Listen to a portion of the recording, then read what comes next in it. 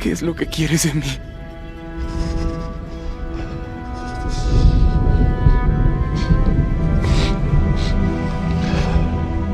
No entiendo.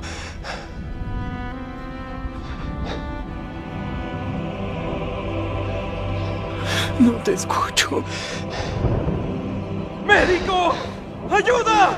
¡Ayúdenme! ¡Ayuda!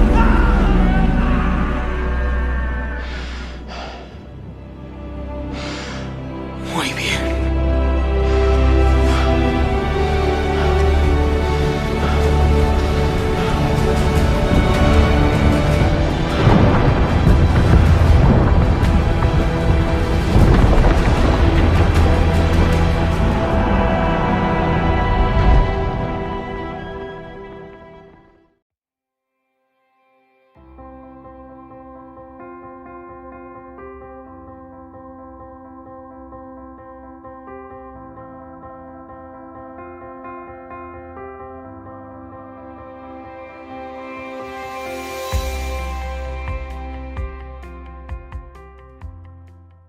Tema va a tener una connotación fuerte respecto al pecado, pero a la vez el amor del Señor basado en el perdón y su gracia y su gran misericordia.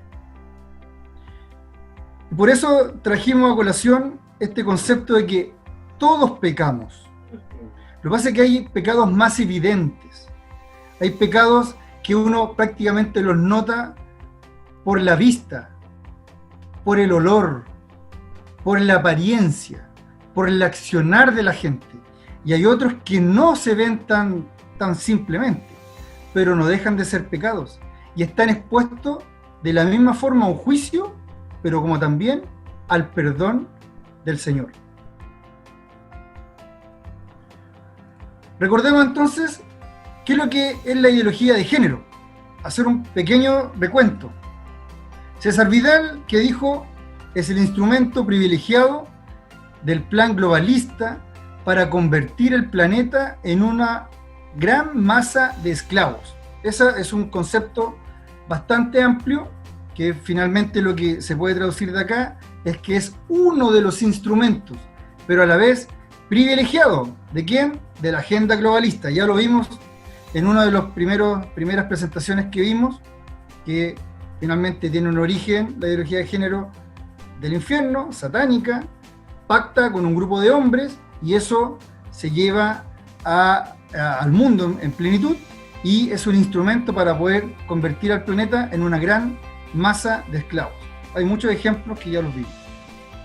Luego hay otra definición, dice, la ideología de género es un sistema anticientífico que sostiene que las diferencias entre el hombre y la mujer, a pesar de las obvias diferencias anatómicas y biológicas, no corresponden a una naturaleza fija, sino que son unas construcciones culturales y convencionales hechas según los roles y estereotipos de cada sociedad. Les asigna los sexos. La ideología de género es un conjunto de ideas anticientíficas, y aquí se adiciona algo importante, que con propósitos políticos, autoritarios, entonces desarraigan la sexualidad humana de su naturaleza y la explican monopólicamente por la cultura. Este es otro punto de vista, pero finalmente va a lo mismo, ¿cierto? Que desarraigan la naturaleza humana, o sea, a los niños se les va a enseñar que no porque nacen hombres o mujeres, sino que hay una convención cultural que te hace serlo. Y ahí vienen cosas que vimos en las anteriores presentaciones, donde una de las precursoras dice, no se nace mujer, sino que se llega a serlo, dice. ¿Ah? Entonces, ojo con esa. Otra definición, que está ya en materia un poquito más espiritual, dice, es un estratégico y concertado ataque silencioso y global. Yo diría que ahora no es tan silencioso, pero sí es global. ¿Ah? Desde el infierno, en contra de la iglesia del Señor. Fíjense que en las primeras presentaciones, lo que hicimos fue, de alguna forma, decir cómo opera esto y cuáles son sus principales obstáculos para que avance. Y uno de los principales obstáculos es la iglesia del Señor. es la iglesia cristiana, es la iglesia evangélica, ¿ya? Que no se ha dejado penetrar por esta ideología hasta el momento, porque sí hay ya cierta evidencia de que esto ya no es tan así. Ya hay, de hecho, hemos visto, ¿cierto?, en uno de los canales de Facebook de una de las diputadas que es precursora de la educación sexual integral, un pastor evangélico, ¿ah?, y un hermano evangélico, ¿cierto?, que estaban a favor de la teoría del género y toda esta perspectiva del género, ¿ah?, y finalmente fueron utilizados para captar una población de la iglesia evangélica para que apruebe la educación sexual integral, inclusive para niños desde el kinder, ¿ya? Entonces, hay cierta penetración. Y dice que se nutre de la cobardía, porque da miedo, y eso yo estoy consciente de aquello, y del silencio de los que son llamados a decir la verdad, ¿ya? Nosotros como iglesia somos la sal del mundo y somos la luz del mundo, no somos las luces la luz del mundo. Y nosotros tenemos que alumbrar. Y yo le he comentado que al cristiano promedio lo ubican de inmediato por su forma de actuar, por su forma de vestir, por el accionar diario, cuando se sienta a la mesa y pide la bendición, cuando en vez de acelerarse en ciertas ocasiones o enojarse muy rápidamente y emitir improperios, no lo hace, de inmediato queda identificado. Por supuesto que en algún momento eso, cada uno de nosotros lo vamos a vivir, como ya lo hemos dicho en algún momento. Por otro lado, quise hacer una especie de resumen para ya entrar en materia de este asunto. Dice, el resumen es, el origen de la ideología de género es el infierno. El objetivo es cambiar la naturaleza humana que fue dada por el Creador. ¿Cómo avanza? Avanza por 5 áreas que están muy presentes dentro de nuestra vida diaria, ¿eh? El entretenimiento. Ya vimos que el 80-90% del entretenimiento que vemos nosotros, nuestros hijos, está supeditado a 7 u 8 empresas transnacionales en el mundo. Netflix, HBO, todos los canales que usted ve en el cable, todas las películas, series, están asociadas a la ideología de género. Ellos han apostado a la ideología de género. Ya con recuento, ¿cuándo fue la última vez que pudo ver una serie en la cual se ve una familia en el diseño divino? Al contrario, lo que vemos es totalmente distinto a eso. La prensa, por supuesto que detrás de la prensa, tanto visual como gráfica, vemos que está detrás también de la ideología de género. El lenguaje, muy importante.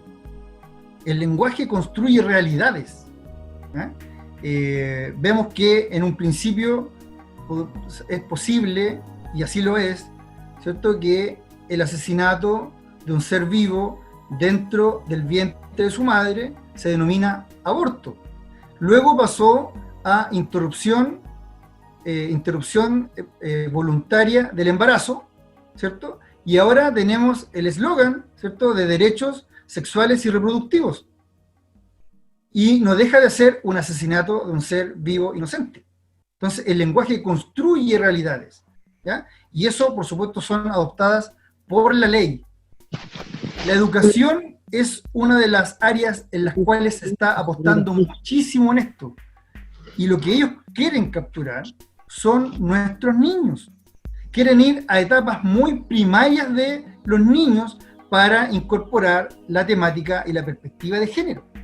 Les quieren enseñar todos los tipos de géneros que existen hoy día.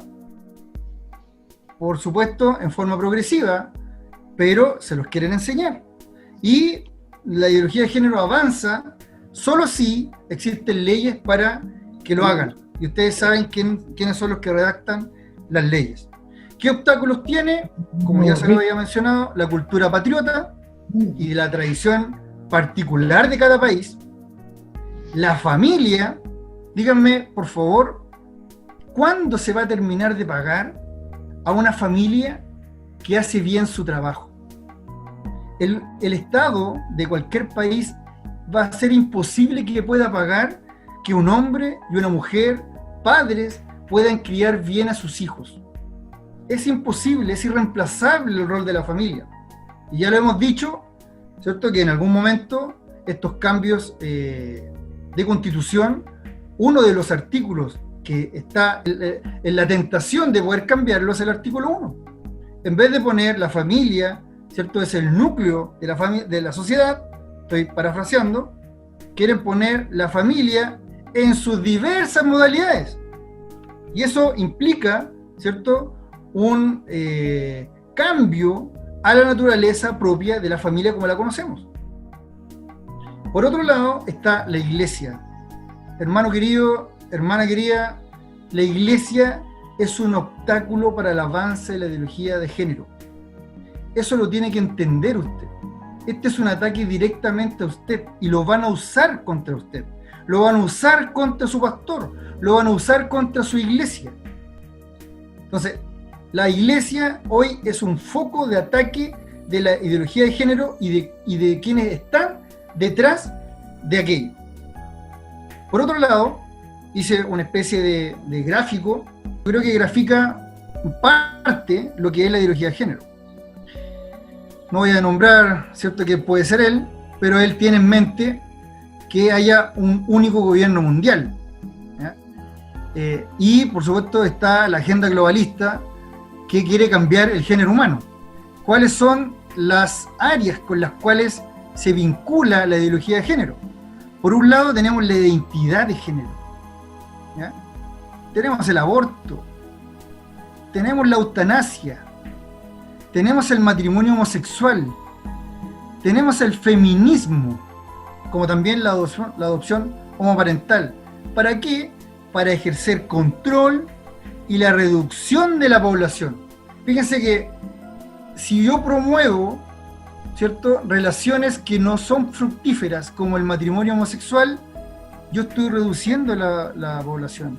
Si yo tengo leyes de eutanasia, yo estoy reduciendo la población. Si yo tengo leyes de aborto, yo estoy reduciendo la población, ¿ya? Adopción homoparental, de la misma forma. Entonces, todas estas cosas están asociadas a la agenda globalista y, por supuesto, a la ideología de género y a todas estas materias. Hay otras más, pero estas son las principales, a cuál me voy a referir y a cuál va a dar respuesta hoy las escrituras.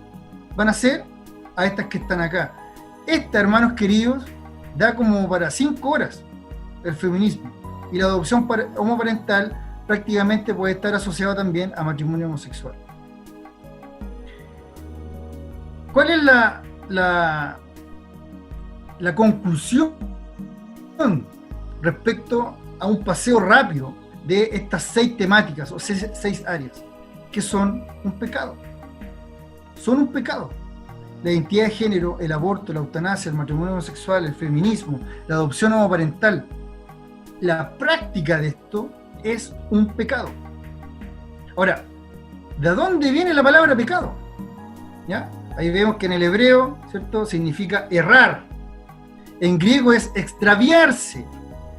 ¿Ah? En arameo la palabra pecado es kata, que es como cuenta. ¿Ya? Tengo una cuenta pendiente ahí. En el catecismo de Westminster, dice: la falta de conformidad con la ley de Dios o la transgresión de ella es denominado pecado. Entonces, vuelvo atrás: identidad de género, aborto, eutanasia, matrimonio homosexual, feminismo, adopción homoparental, para los cristianos es un pecado.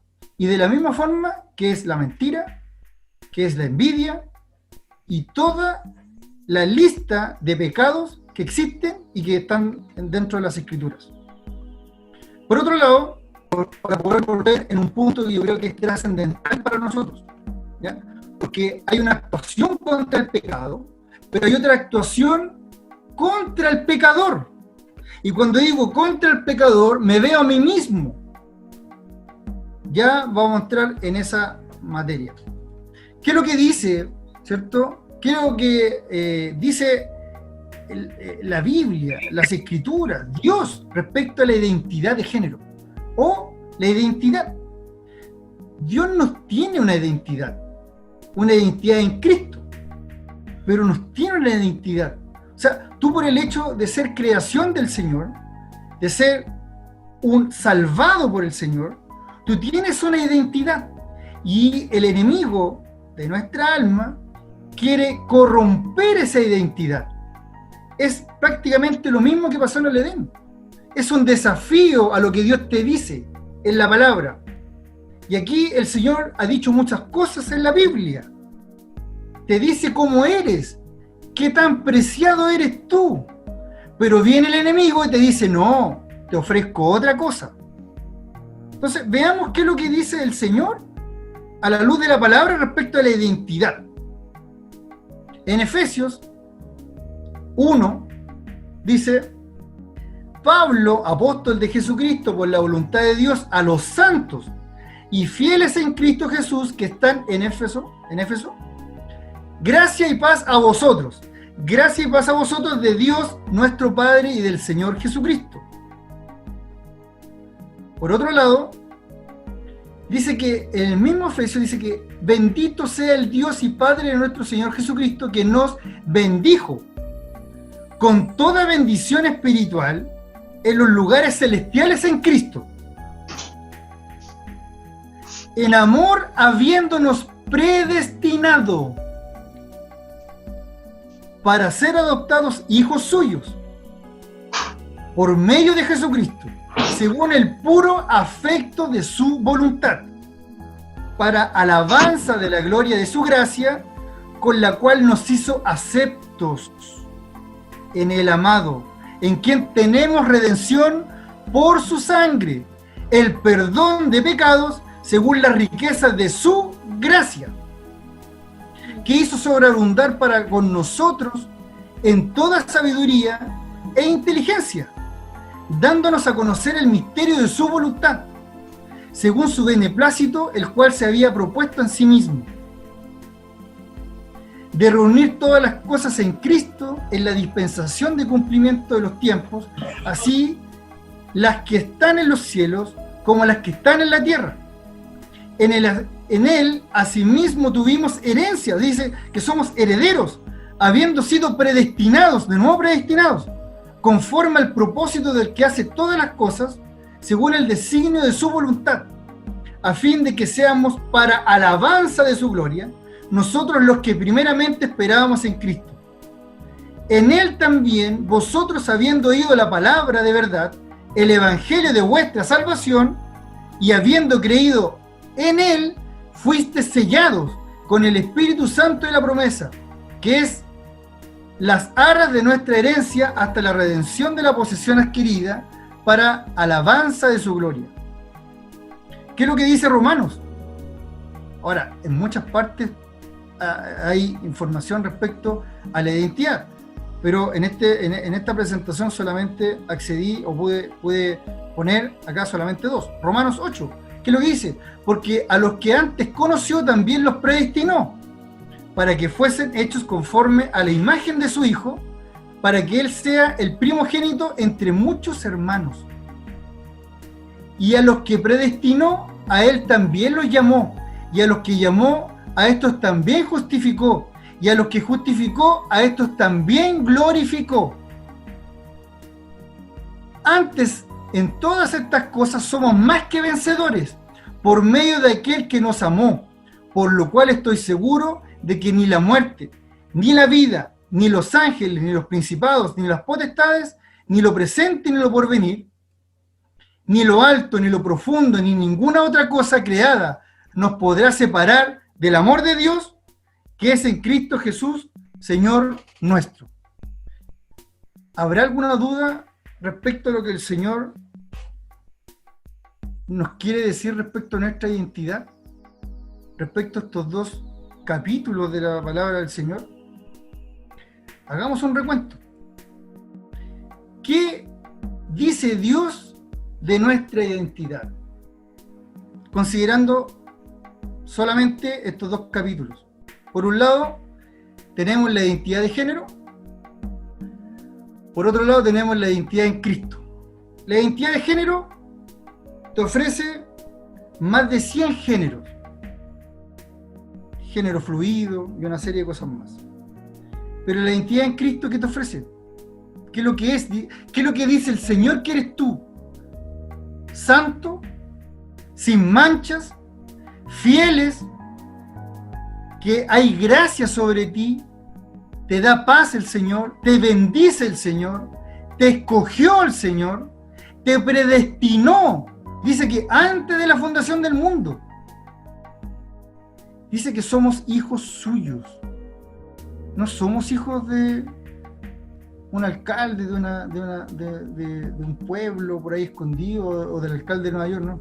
Somos hijos de Dios, del Creador, del Rey de Reyes, que en este momento debe estar observando, por supuesto, esta presentación. Y por supuesto que quiere Él que nos metamos en nuestra mente y en nuestro corazón que Él nos ama para alabanza de su gloria. Somos aceptos en el amado, o sea, el medio para poder hacer todo esto es Jesús. Dice que somos redimidos, somos perdonados, que sobreabunda en nosotros toda sabiduría e inteligencia. Da a conocer sus misterios. Somos herederos, hermanos queridos. Somos herederos. Dice que somos salvos y sellados con el Espíritu Santo. Somos más que vencedores. Ahora, la mayoría de la gente dice, somos más que vencedores para lograr conquistas, guerras, territorios. Pero también somos vencedores para reconocer que nos equivocamos. Para ser humilde y decir, me equivoqué, pastor, me equivoqué, papá, me equivoqué, esposa, me equivoqué, hijo. Me equivoqué, congregación. También podemos vencer en esos aspectos. Dios te da esa habilidad, esa cosa que nosotros no tenemos, esa falta de reconocimiento que a veces tenemos. Yo a veces participo en grupos de pastores y digo, yo voy a hacer mi autocrítica. Esta es mi autocrítica. ¿Alguno más? Silencio, nadie dice nada. Todos son perfectos. Bueno, ahí no podemos ocupar esta palabra, somos vencedores en Cristo, que me hace reconocer que a veces le fallamos a nuestras ovejas, a nuestros esposos, a nuestras esposas, a nuestros hijos, a nuestros jefes. Dice que nadie nos puede separar del amor de Dios. Nadie. Bueno, hay un paralelo que es lo que te ofrece la identidad de género respecto a la identidad en Cristo. ¿Qué dice el Señor respecto a tu identidad? Y estas son algunas cosas nomás que puedo rescatar de esos capítulos. Entonces, cuando uno mira la identidad de género y la identidad del Señor, ¿qué nos viene a la mente? Ser amado por Dios, el amor del Señor. Iglesia, el amor del Señor, el mismo amor que tuvo conmigo respecto a la gente que abraza la ideología de género. Y ciertamente está errado, como yo también estuve errado en muchas temáticas y quizás permanezco errado en algunas otras, pero el Señor me sigue amando. Dice que el Señor que ama a todo el mundo, a toda su creación. Y eso tenemos que tenerlo como iglesia. El aborto. Otra temática respecto a esto. ¿Qué dice? He aquí, herencia de Jehová son los hijos, cosa de estima el fruto del vientre. Salmo 127:3. Para el Señor, el asesinato de un inocente. Este es un tema que a mí me complica mucho porque yo amo mucho a mis hijos y yo creo que usted también. Pero también me permite entender personas que han pasado por esto, porque yo estuve en el mundo, viví estas cosas y me permite al menos entender por dónde transitan ellos al momento de tomar la elección de un aborto. La Iglesia del Señor rechaza el aborto, ya lo vamos a ver por qué, pero no rechaza a la persona que se hizo un aborto. Hay algo muy diferente en rechazar la acción respecto al que comete la acción, porque si no rechazaríamos nosotros mismos. Dice, porque tú formaste mis entrañas, dice el Señor, todo me hiciste en el vientre de mi madre. Salmo 139:13. Mi embrión vieron tus ojos, y en tu libro estaban escritas todas aquellas cosas que fueron luego formadas, sin faltar una de ellas. Dice que antes se mezclaron con las naciones y aprendieron sus obras y sirvieron a sus ídolos, los que fueron causa de su ruina, dice Salmo 106. Sacrificaron a sus hijos y sus hijas a los demonios y derramaron la sangre inocente, la sangre de sus hijos y de sus hijas, que ofrecieron el sacrificio a los ídolos de Canaán, y la tierra fue contaminada con sangre. Esto no es del año 1970, nomás que la mente humana ha ido detrás de los niños. De hecho, hay corrientes hoy día de pedófilos que no necesariamente cometen abortos, sino que una vez que los niños nacen, ¿cierto?, los raptan y hacen sacrificios. Es el mismo ídolo que opera en estos tiempos. Y si operó en la antigüedad, está operando hoy día. Y adivinen quién está detrás de esto. El feminismo, con su pañuelo verde, y detrás del feminismo, ¿cierto?, la agenda globalista, y detrás de la agenda globalista, el infierno mismo. Fíjense, hay testimonios pero increíbles de personas que han abortado, que llevan esa carga por siempre. ¿Qué dice el Señor? No matarás. Éxodo 20:13. Entonces, me parece insólito, ¿cierto?, que cristianos, iglesias, abracen la idea de abortar. Y viene, ¿cierto?, todo este tema de y te tratan de tentar respecto a ciertas situaciones que son muy incómodas.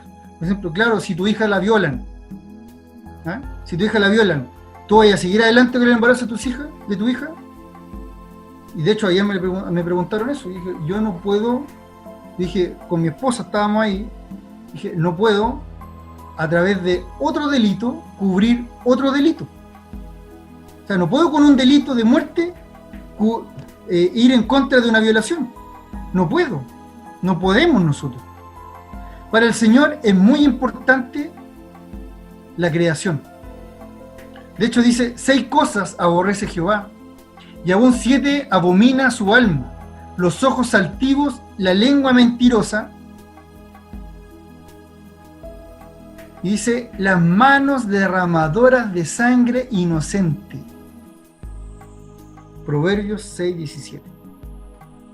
Por lo tanto, es muy importante que nosotros tengamos un rechazo respecto a este tema y una aceptación respecto a las personas que sí lo han hecho, porque no sabemos en qué circunstancias se dieron. Es más, usted no sabe cómo va a operar en las mismas circunstancias en el futuro. Hay muchos dichos al respecto. Pero... Entonces, ¿qué opera acá? En este consiste el amor, no en que nosotros hayamos amado a Dios, sino que Él nos amó a nosotros y envió a su Hijo en propiciación por nuestros pecados. De nuevo el amor del Señor. De nuevo el amor del Señor. Respecto a un hecho tan condenable que es el aborto. Respecto a la eutanasia, y voy a tratar de ir un poquito más rápido con esto. ¿Qué es lo que es la eutanasia? El hecho de causar de forma intencional la muerte de una persona que posee una enfermedad incurable y dolorosa con el fin de evitar que sufra. U otro argumento emocional. No, pero está sufriendo mucho, hay que quitarle la vida. Es muy parecido a lo anterior. Por otro lado, el suicidio asistido, eutanasia, es legal en pocos países. Fíjese, dentro del listado de países está Colombia. Colombia es uno de los países pioneros en muchas otras cosas. Identidad de género. De hecho, hace un año atrás fue uno de los países latinoamericanos que fueron los primeros que se pusieron un chip. Y en varios estados de Estados Unidos. Pero son muy pocos los que tienen esa ley. De hecho, en Chile, políticos, ¿cierto?, lanzaron, ¿cierto?, la idea de legislar la eutanasia, y yo creo que ya, al parecer, no estoy seguro que si es ley. Y uno de ellos estaba muy contento porque esa ley también consideraba a los niños. Estaba muy contento él. Entonces, ¿qué es lo que dice el Señor? Dice, Por ejemplo, tenemos un caso muy particular de algo muy parecido a lo que podría ser la acción de la eutanasia en la actualidad. Dice así: y arreció la batalla contra Saúl, y le alcanzaron los flecheros, y tuvo gran temor de ellos. Entonces dijo, o sea, aquí uno puede decir, una persona que está pasándolo muy mal, tiene cáncer terminal, el dolor es insostenible, tiene temor. Uno no puede alejarse de eso. Por otro lado, Saúl ¿qué hizo? Saúl a su escudero le dijo: saca tu espada y traspásame con ella, para que no vengan estos incircuncisos y me traspasen y me escarnezcan. O sea, él quería terminar con su vida, producto de una situación en la cual estaba viviendo, y se ponía quizás más complicada aún de la que estaba viviendo. Dice: mas su escudero no quería, porque tenía gran temor. Dice: entonces tomó Saúl su propia espada y se echó sobre ella. O sea, hubo una reacción de alguien respecto a la petición, prácticamente de misericordia, entre comillas, de una persona que estaba sufriendo y posiblemente podía sufrir más, y esta persona dijo no. Lamentablemente para Saúl, tomó la iniciativa y se suicidó. Y viendo su escudero a Saúl muerto, él también se echó sobre su espada y murió con él. Primera de Samuel 31, del 3 al 5. Ahora, ¿qué es lo que dice el Señor respecto a esto? De Jehová es la tierra y su plenitud, el mundo y los que en él habitan. Porque nada de lo que tiene el hombre, nada, le pertenece, ni aún la vida. Salmos 24:1.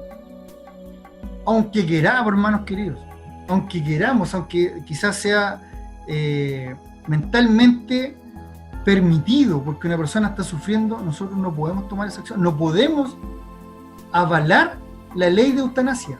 Entonces, de nuevo el amor del Señor.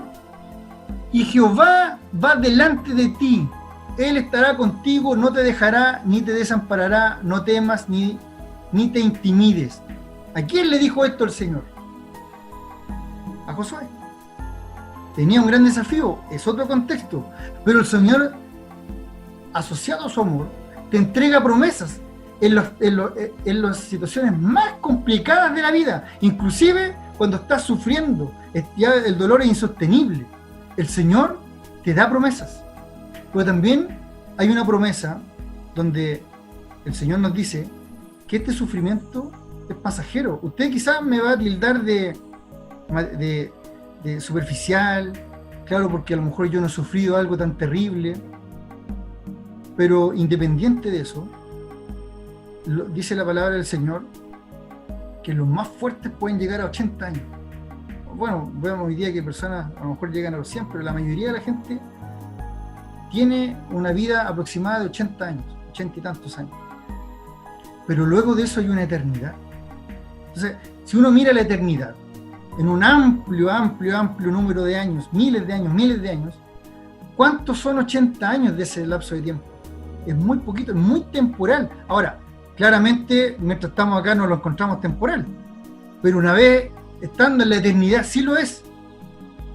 Pero el Señor dice: ya no tendrán hambre ni sed, y el sol no caerá más sobre ellos, ni calor alguno, porque el Cordero que está en medio del trono los pastoreará y los guiará a fuentes de agua de vida, y Dios enjugará toda lágrima de los ojos de ellos.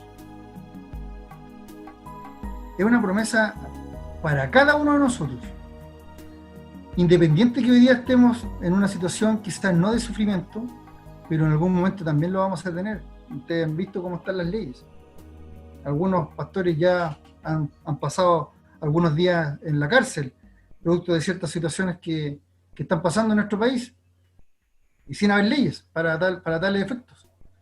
Pero aquí hay una promesa asociada al amor del Señor. El Señor te va a acompañar. ¿Qué le dijo a Josué?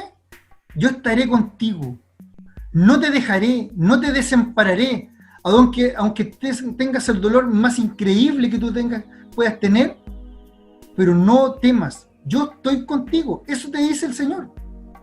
Entonces, independiente que haya una ley que pareciera bondadosa, misericordiosa, es una ley que te lleva directamente al infierno. ¿A quién comete eso? Y nosotros no podemos permitir, como iglesia, no podemos abrazar una ley asociada a esto. Pero por otro lado, tenemos una respuesta a la persona. Matrimonio homosexual. Otra área en la cual la ideología de género, por supuesto que avanza. ¿Qué nos dice el Señor respecto al matrimonio? Y quizás también desde el punto de vista de la homosexualidad.